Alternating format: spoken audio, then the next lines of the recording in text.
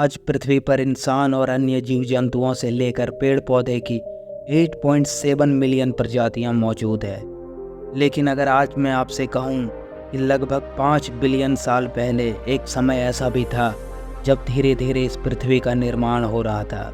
जिस जगह पर बैठकर आप इस वीडियो को देख रहे हो वो करोड़ों साल पहले 8000 डिग्री के तापमान में उबल रहा था। और एक ऐसा भी समय आया जिसमें यह धरती लाखों सालों तक बर्फ की सफ़ेद चादर से ढकी रही। ये सभी बातें सच है और आज इस वीडियो में हम बात करेंगे कि पृथ्वी का निर्माण कैसे हुआ, इस नीले ग्रह पर पानी की पहली बूंद कैसे पहुंची और जीवन की उत्पत्ति कैसे हुई। तो चलिए अगले 10 मिनट में तय करते हैं 5 बिलियन ईयर्स के रोमांचक सफ़र को। आज से करीब 500 करोड़ साल पहले हमारे सूर्य का निर्माण हुआ। ये पूरी तरह से स्टार डस्ट से घिरा हुआ था, जिसके कुछ समय बाद आउटर स्पेस में मौजूद कॉस्मिक डस्ट एक दूसरे से जुड़ने लगी, जिससे अंतरिक्ष में छोटे छोटे पत्थरों का निर्माण हुआ। इसी प्रक्रिया से ग्रहों की निर्माण की शुरुआत हो चुकी थी। ग्रेविटी ने इस स्टोन्स को कई मिलियन सालों तक अपनी ओर खींचा, जिससे पृथ्वी एक गोलाकार स्वरूप में आ गई। वैज्ञानिकों के अनुसार उस वक्त पृथ्वी और मंगल ग्रह के बीच थिया नामक ग्रह सूर्य की परिक्रमा करता था। पृथ्वी पर गुरुत्वाकर्षण होने की वजह से सूरज की परिक्रमा करने वाले कुछ स्टार डस्ट पृथ्वी की परिक्रमा करने लगे और करोड़ों साल तक ये स्टार डस्ट के टुकड़े पृथ्वी पर आकर गिरते रहे। ऐसी ही घटना हमारे पड़ोसी ग्रह थिया पर भी हो रही थी, जिसके वजह से थिया पृथ्वी के और करीब आने लगा और आकर पृथ्वी से टकरा गया। और ये टकराव इतना भारी था कि जिससे हमारे चांद का निर्माण हुआ। हालांकि अभी चांद तो पृथ्वी से काफ़ी दूर है, लेकिन निर्माण के शुरुआती दौर में चांद पृथ्वी के काफ़ी करीब होकर परिक्रमा करता था। लेकिन समय के साथ ये दूरी बढ़ती चली गई। साथ ही गुरुत्वाकर्षण की वजह से चांद ने भी गोलाकार स्वरूप ले लिया। ऐसे ही करीब 6 मिलियन साल बीत गए, लेकिन टकराव का सिलसिला अभी खत्म नहीं हुआ था। उस वक्त सोलर सिस्टम में मौजूद उल्कापिंड भारी मात्रा में धरती पर गिरने लगे।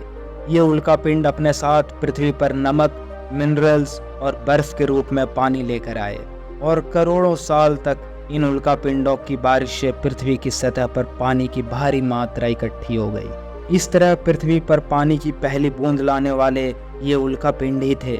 इस पानी ने पृथ्वी की सतह के तापमान को करीब 70 डिग्री तक कम कर दिया, लेकिन अब भी पृथ्वी का तापमान किसी भी जीव के रहने लायक ठंडा नहीं हुआ था, जिसे धीरे धीरे ये पानी ही ठंडा करने वाला था।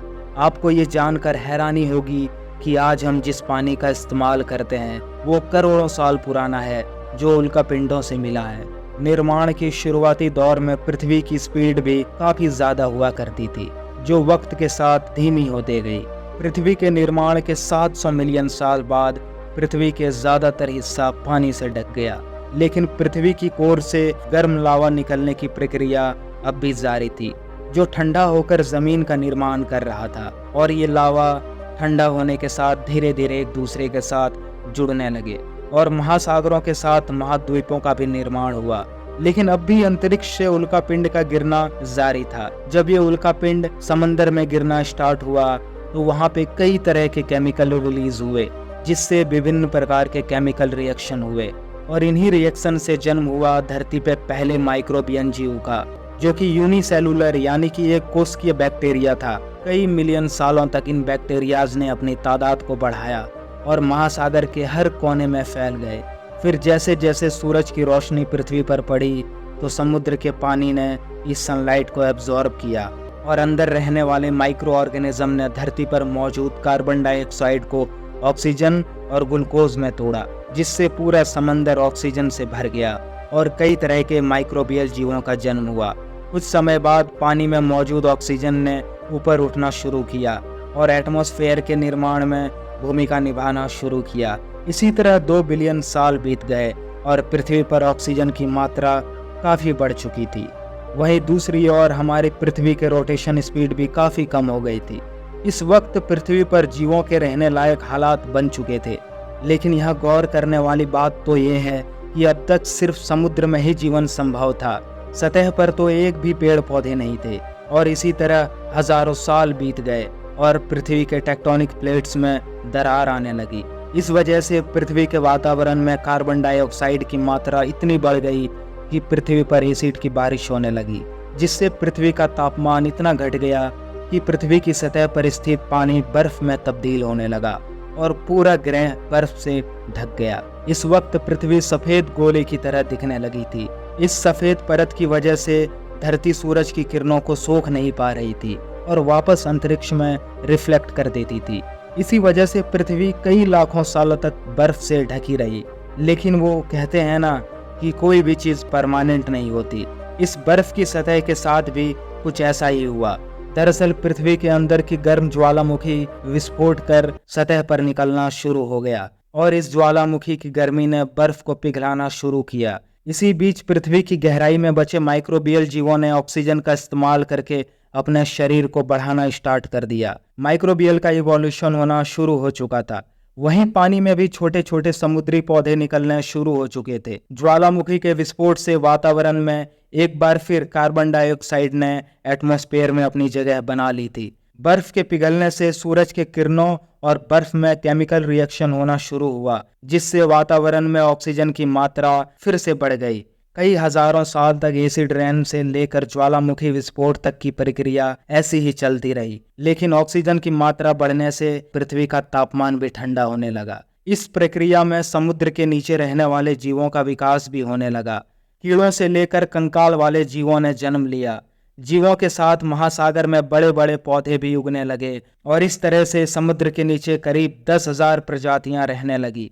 लेकिन जमीन अभी भी खाली पड़ा था, जिसका सबसे बड़ा कारण सूरज के किरणों से पैदा होने वाली रेडिएशन थी। लेकिन पानी और वातावरण में मौजूद ऑक्सीजन का रेडिएशन के साथ रिएक्शन हुआ, जिससे ओजोन गैस का निर्माण हुआ, जिसने धीरे धीरे करके पृथ्वी को चारों ओर से कवर कर लिया। ओजोन परत ने सूरज से आने वाली हार्मफुल रेडिएशन यानी पराबैंगनी किरणों को पृथ्वी के वातावरण में प्रवेश करने से रोक लगा दी। आज से करीब 375 मिलियन साल पहले जमीन पर हमारा पहला पौधा उगा था और धीरे धीरे धरातल पर भी समुद्र की तरह ही अलग अलग किस्म के पेड़ पौधे का विकास हुआ। साथ ही समुद्र में मछलियों और दूसरे जलीय जीवों का विकास होना चालू हो चुका था। आपको ये जानकर हैरानी होगी कि इन जलीय जीवों के पैर धीरे धीरे विकसित हुए।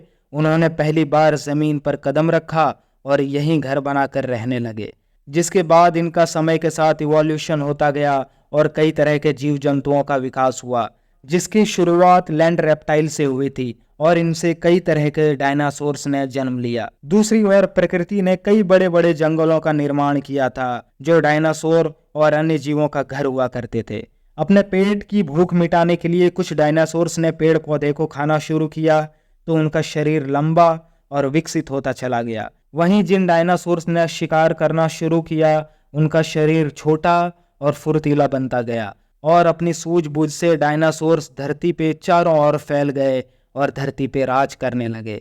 वहीं इनके अलावा अन्य वन्य जीव भी विकास की इस प्रक्रिया में प्रगति कर रहे थे। इसी तरह पृथ्वी के साथ साथ जीवों का भी अलग अलग रंग रूप में इवोल्यूशन होता रहा और आज धरती पर इंसानों के साथ साथ 8.7 मिलियन प्रकार की प्रजातियां रहती है। ये विकास की प्रक्रिया तो आज भी जारी है और आगे भी जारी रहेगी। तो पृथ्वी के निर्माण से लेकर धरती पर जीवन की शुरुआत तक आपको ये 5 मिलियन सालों तक का सफ़र कैसा लगा, कमेंट करके हमें ज़रूर बताइएगा। और अगर वीडियो पसंद आया तो इसे लाइक करें, शेयर करें। साथ ही ऐसे इंटरेस्टिंग वीडियोस देखने के लिए अगर आपने मेरे चैनल को अभी तक सब्सक्राइब नहीं किया है तो चैनल को सब्सक्राइब कर लीजिए। मिलते हैं अगले वीडियो में, तब तक के लिए धन्यवाद।